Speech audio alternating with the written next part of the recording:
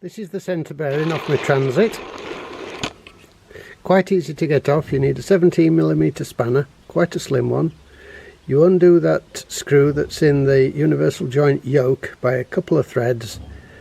Having first flattened the tab washer, then you can slide this washer out and lift the yoke straight off. First of all, you need a 13mm socket to undo the centre bearing itself, and a 15mm socket to take these ones out of the donut.